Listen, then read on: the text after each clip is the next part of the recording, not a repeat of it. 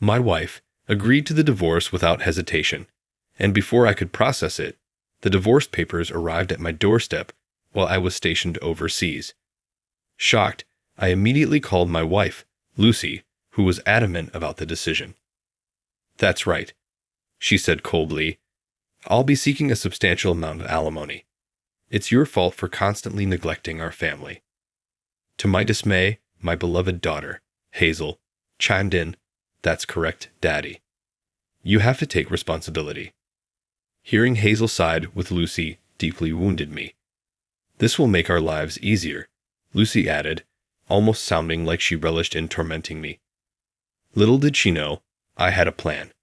To swiftly obtain a divorce, move abroad, and transfer everything into her name. My name is George, and I'm a 55-year-old salesman currently leading the sales department at a prominent trading company.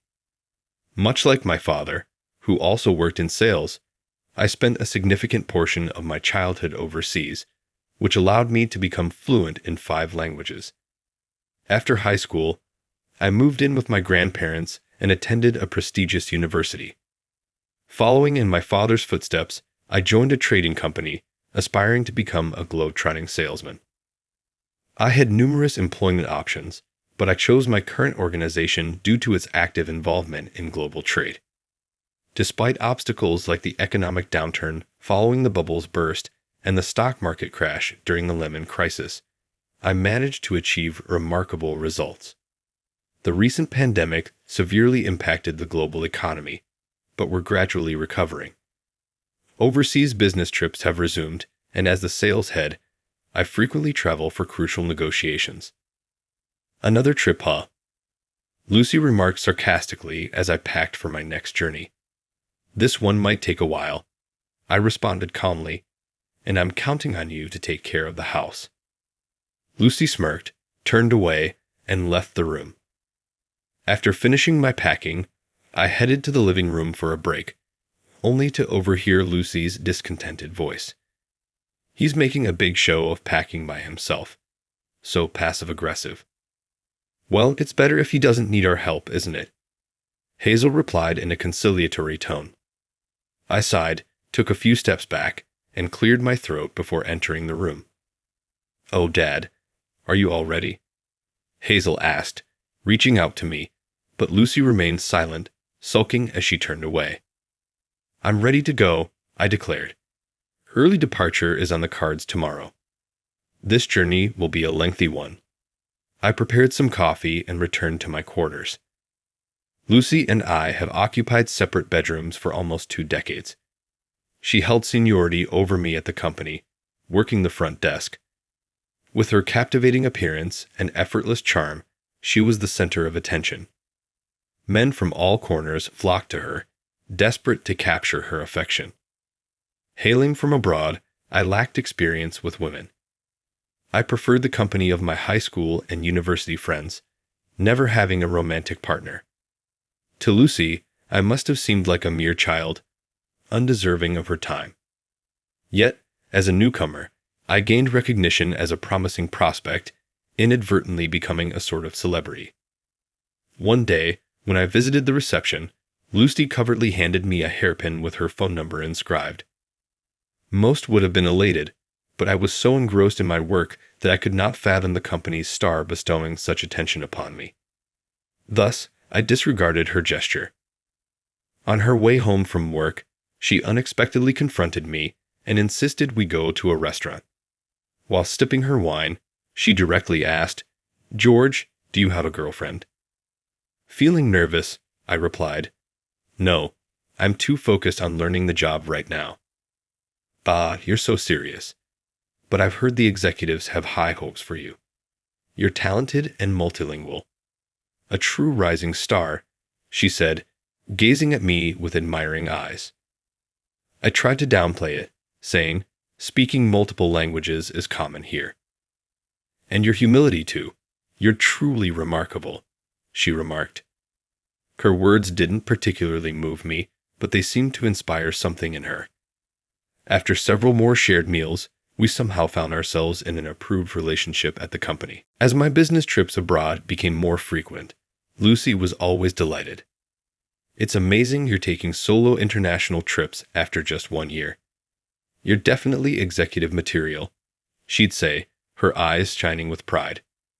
In time, I grew to genuinely love Lucy, and after 3 years, I proposed.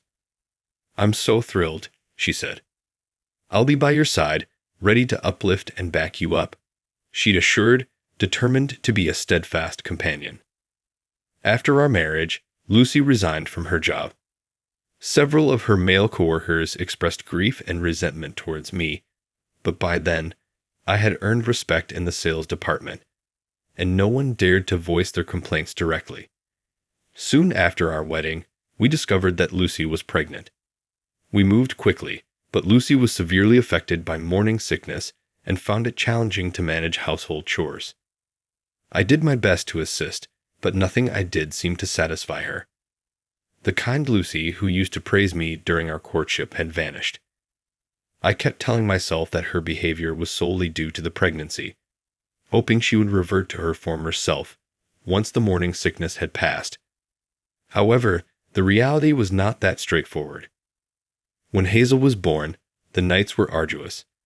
Lucy would often say, "At least take care of her when you're home," and leave me with a crying Hazel after I returned late at night. On the few days I had off, I spent my time catching up on cleaning and laundry.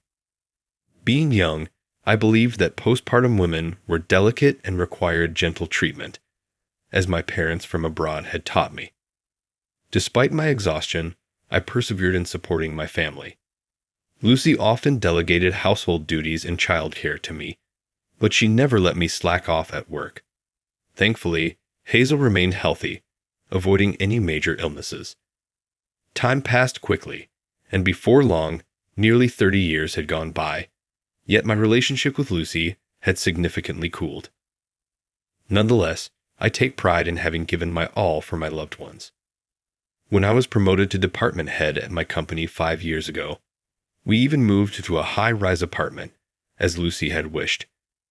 After all, a department head at a prestigious firm is expected to reside in such a setting.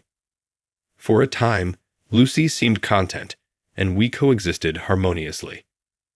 Regrettably, this peace was short-lived, and Lucy's attitude once again turned icy. She was willing to handle Hazel's chores, but refused to take on my share.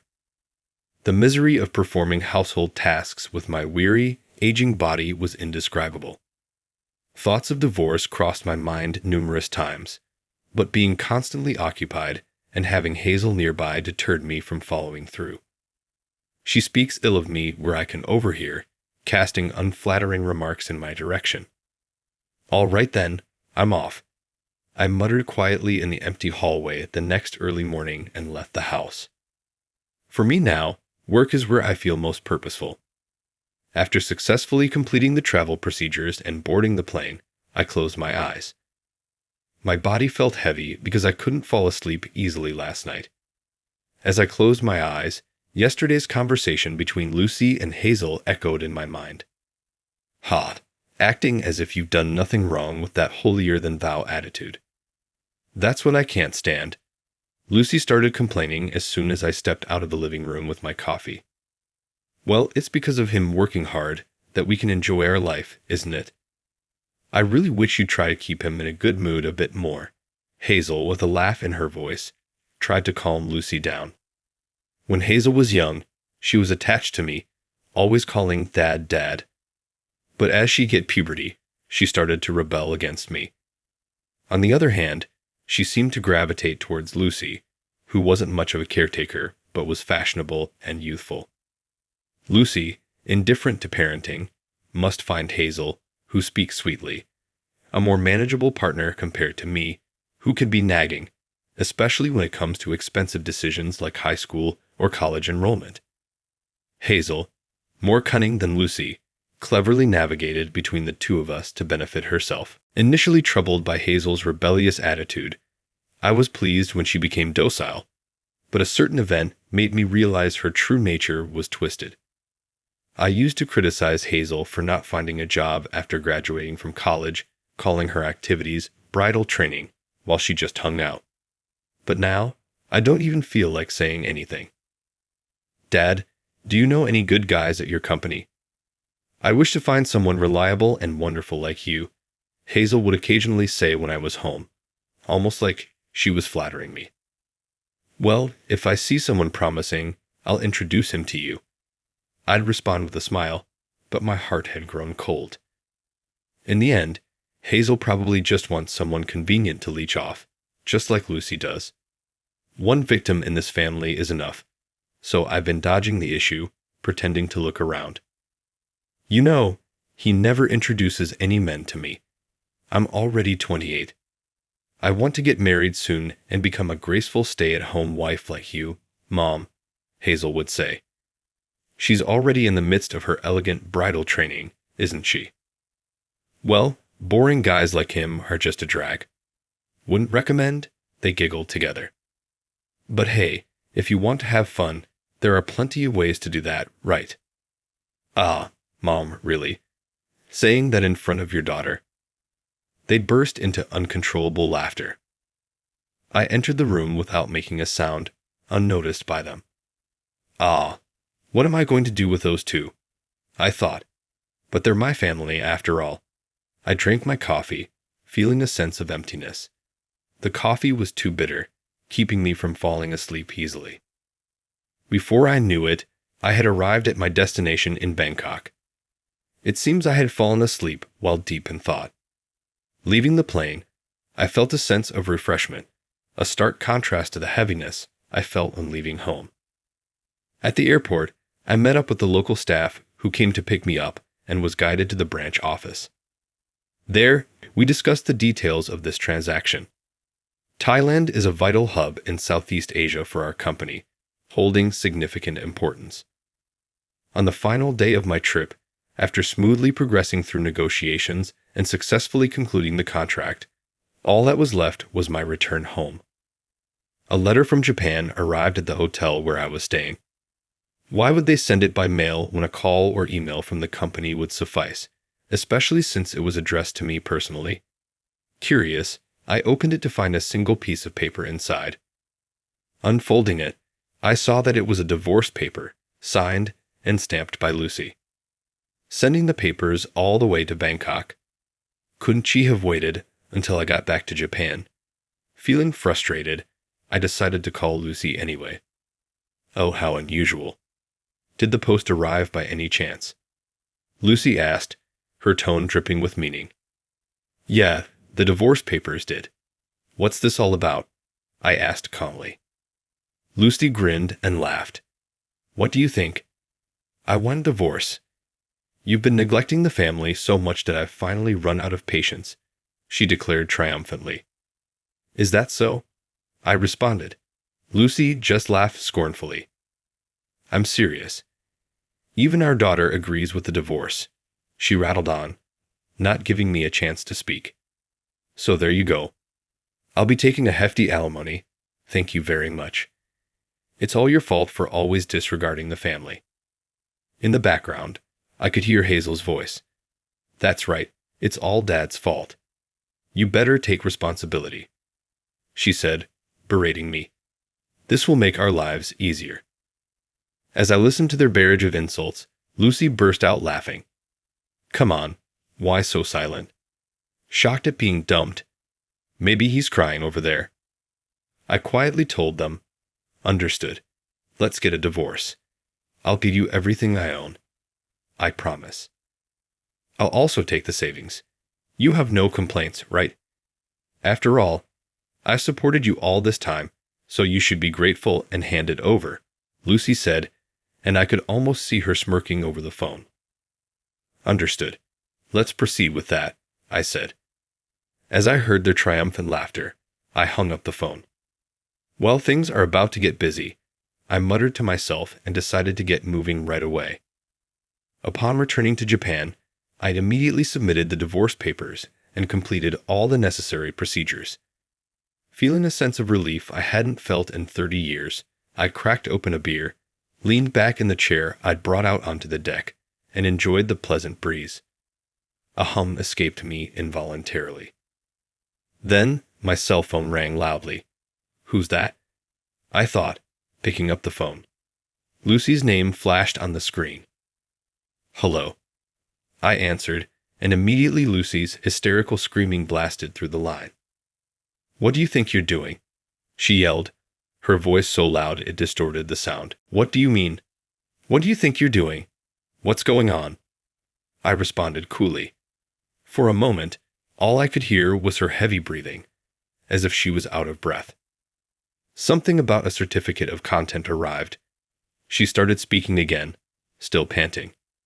"Just as it says, due to the divorce, your infidelity has been uncovered, so I'm claiming compensation." "It's not just that, is it?" I said, my voice steady. Lucy's voice trembled. "Yeah, it includes the DNA test results that Hazel isn't my daughter, right? There's also evidence you tricked me into raising Hazel, so I'm asking for the return of all the child-rearing expenses I've incurred. If you're not willing, we'll go to court." "But I can't pay something like $300,000, she stammered. "Then why not have Hazel's real father pay? Seems fair, doesn't it?" "What were you talking about?" she stuttered. "Don't play dumb. I know everything. All of it," I said in a low voice, making Lucy gasp in fear. But he doesn't have that kind of money anymore. His ex-wife took everything. The savings, the retirement fund, everything." Her feeble excuse was as good as admitting Hazel had a different father. I was exasperated by Lucy's usual foolishness. "It's the former executive vice president Brown, right?" Lucy gasped on the other end of the phone. "I only found out about this recently myself. Surprised me too, to think that our matchmaker at our wedding was actually your lover, Lucy." Lucy groaned, but then, as if realizing something, asked, "Did you tell Brown's wife about this?" I was impressed Lucy caught on for once. "That's right. You catch on quick." I gathered all the evidence and informed his wife. "All this meddling is too much," she said, grinding her teeth, but there was nothing more Lucy could do. His wife was furious about the years of betrayal. Their son is a lawyer, and through his connections, they hired a top-notch attorney. "They managed to take almost all of his assets, didn't they?" I added. "Speaking of which, his wife mentioned she was going to sue you for damages as well." "What did you say?" Lucy screamed, and then there was the sound of rustling papers. This. It seemed she had also received a certified letter from Brown's wife, demanding $50,000 in damages. "I can't pay that." "Wow, that's $350,000 in total." "Impressive. Good luck with that. Hey, if you're short on cash, you could always sell some land."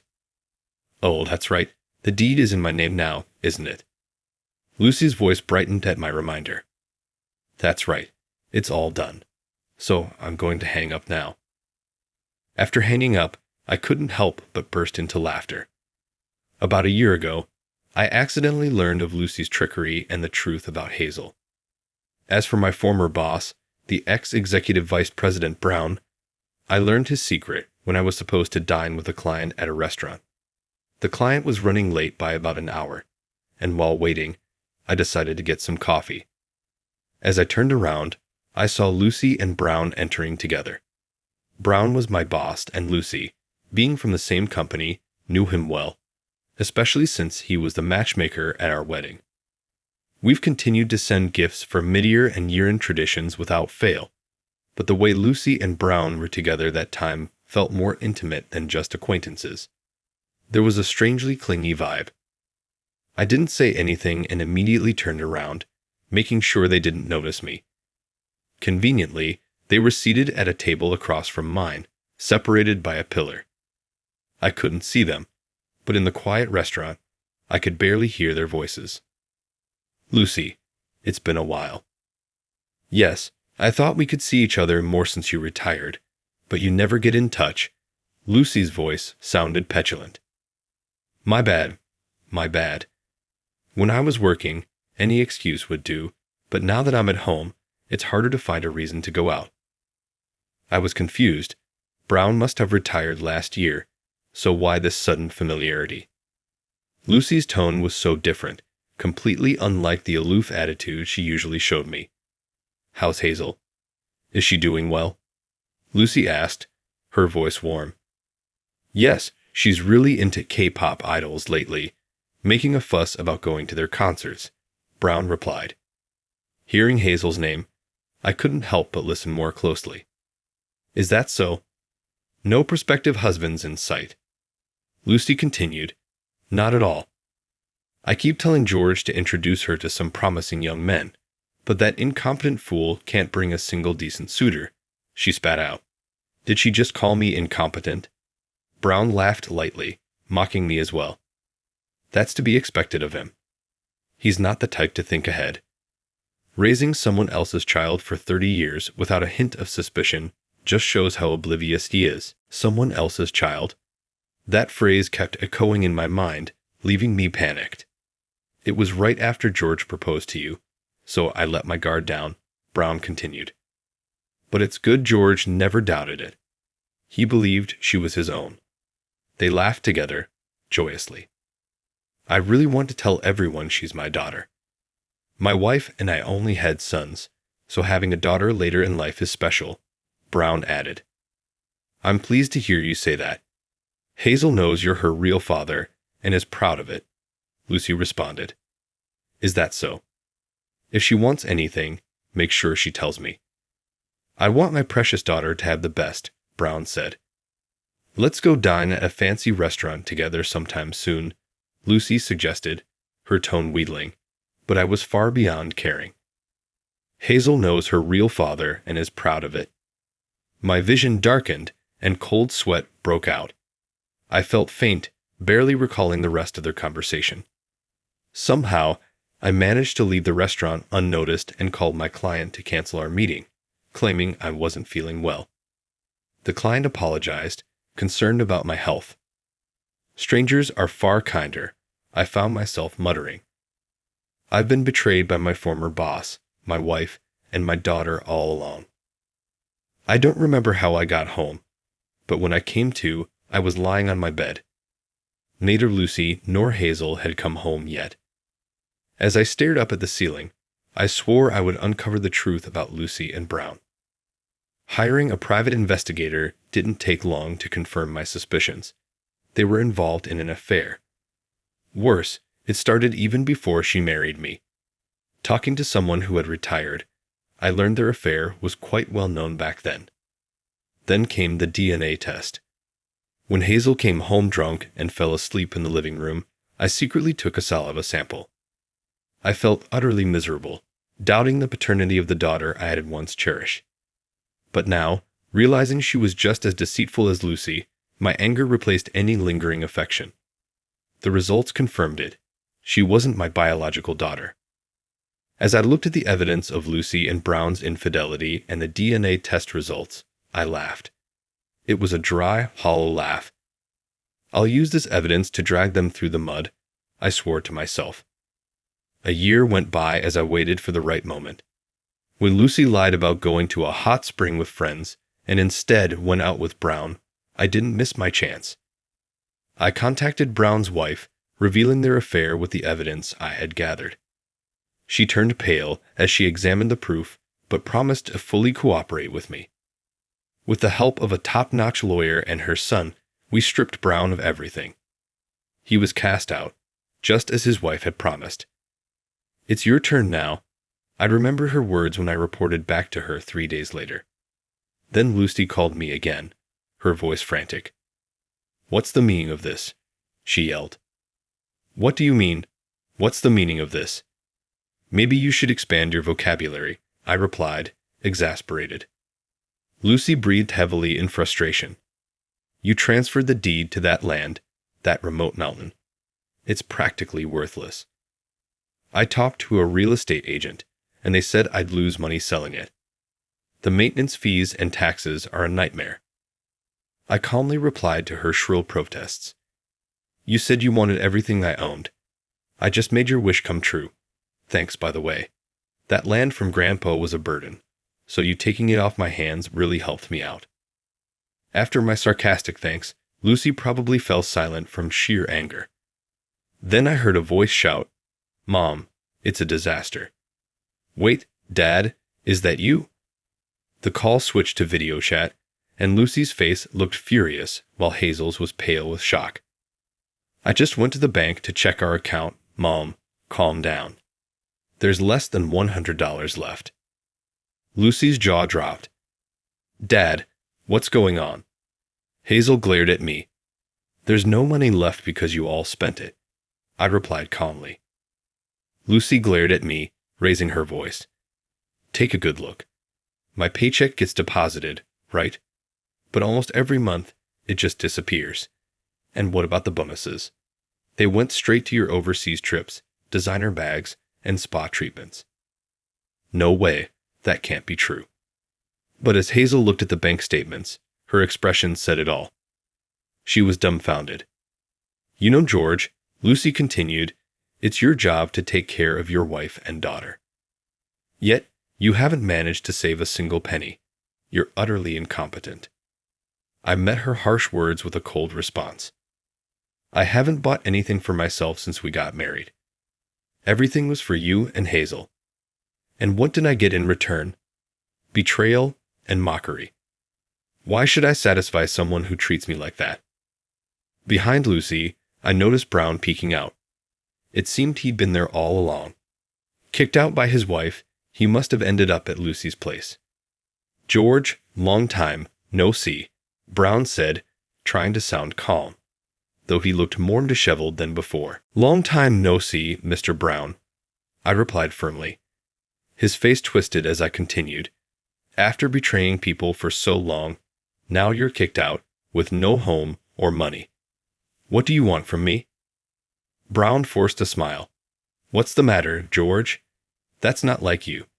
We're talking about the wife you've been with for 30 years and the daughter you cherish. Stop being petty and help them out, will you? His words made my blood boil. Help?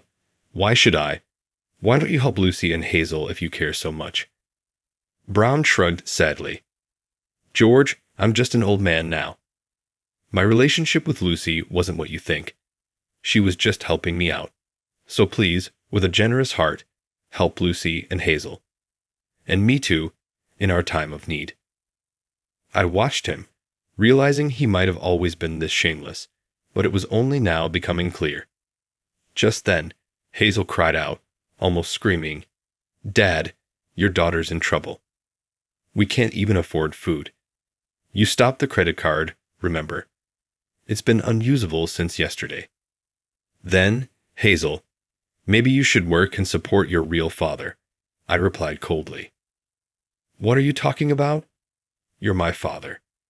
Hazel shot back, her eyes fierce and determined. Didn't you say you'd rather have a rich executive as your father than someone incompetent like me? If that's the case, you should cherish that father you're so proud of, I said, trying to guide her to the truth. Hazel exploded. What are you talking about? Sure, I heard he was rich and had a fancy degree, but now he's just a broke, jobless old man. I don't need someone who can't even buy me anything. She started stomping and yelling, while Brown beside her looked petrified. Right, you transferred all your assets to Lucy, didn't you? Then this house belongs to her, she said. We could sell it and get a significant amount of money. Panicked, Brown blurted out, Yes, that's right. It's a high-rise luxury apartment. It might fetch around $1 million, right, Lucy? Hazel's anger vanished as she suddenly smiled. That's amazing. We're set for a while. Brown turned to me cheerfully.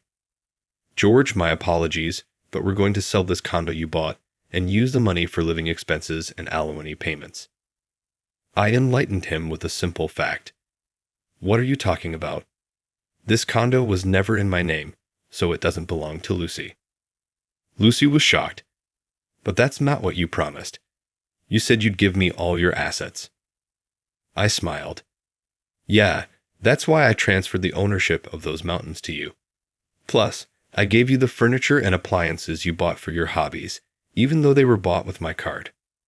Those mountains are nothing but a nuisance, Lucy exclaimed, slumping to the floor. Then whose name is this condo under? Hazel demanded. At that moment, a man popped up beside me, causing Hazel and the others to scream. This is Kenny, my childhood friend and current employer. What employer? What are you talking about? Lucy asked, bewildered. I quit my job and am now in Bangkok, Thailand, I explained. Kenny's been running a company here and had invited me before. I never mentioned it because I knew you'd never approve. The first thing I thought after getting divorced and becoming free was that now I could work with Kenny. But what about this condo? Lucy pressed on. Kenny took over. Long time no see, Lucy. You might not remember me. We only met at the wedding. I bought this condo as an investment. I didn't want to rent it to just anyone, and when I heard George was looking for a place, I told him he could rent it cheaply while saving up to build his dream house after retirement. So that's why the condo is Kenny's, I added, watching as Lucy and the others looked disappointed, their plans to sell it thwarted. Kenny continued cheerfully, You'll probably hear from the real estate agent, but please move out by the end of this month. I rented it to George and his family, but now that you're divorced, Lucy, you're a stranger. And Hazel wasn't really his daughter, right? So I have no reason to rent the place to you. Lucy and the others started shouting at each other, hurling insults. It all stemmed from Mom making Dad angry. I told you to handle it better, I said. First, Brown told me to trick George into thinking Hazel was his child when I got pregnant. If you're going to deceive, at least keep it up until the end. You got caught because you were sloppy. It's your fault.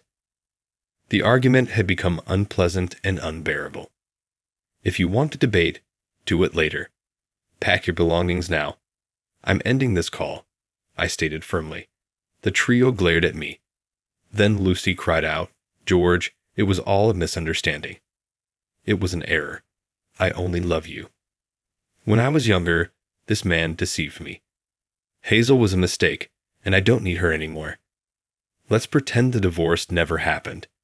I'm a victim too, so let's go back to how things were.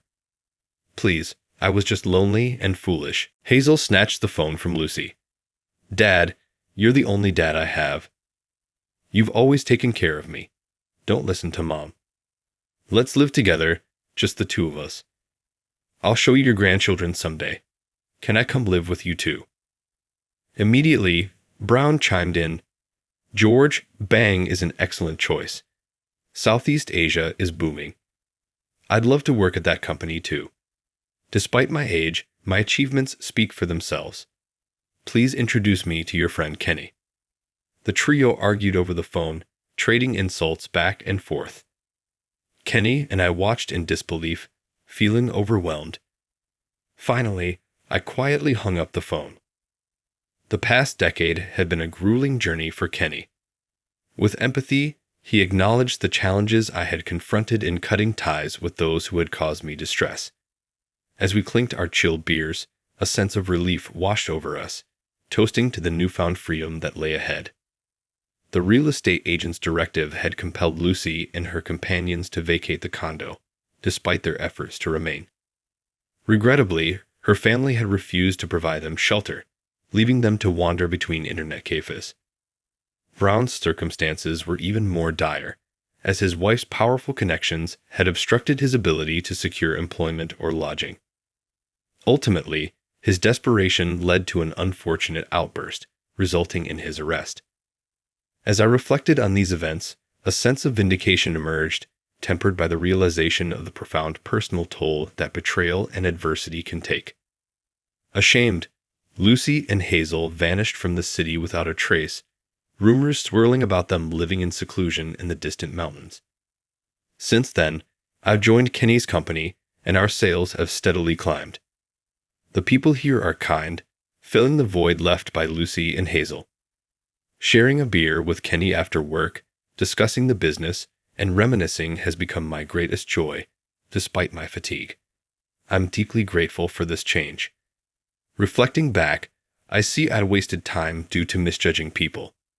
But those lessons have taught me to treasure the wonderful company I now have.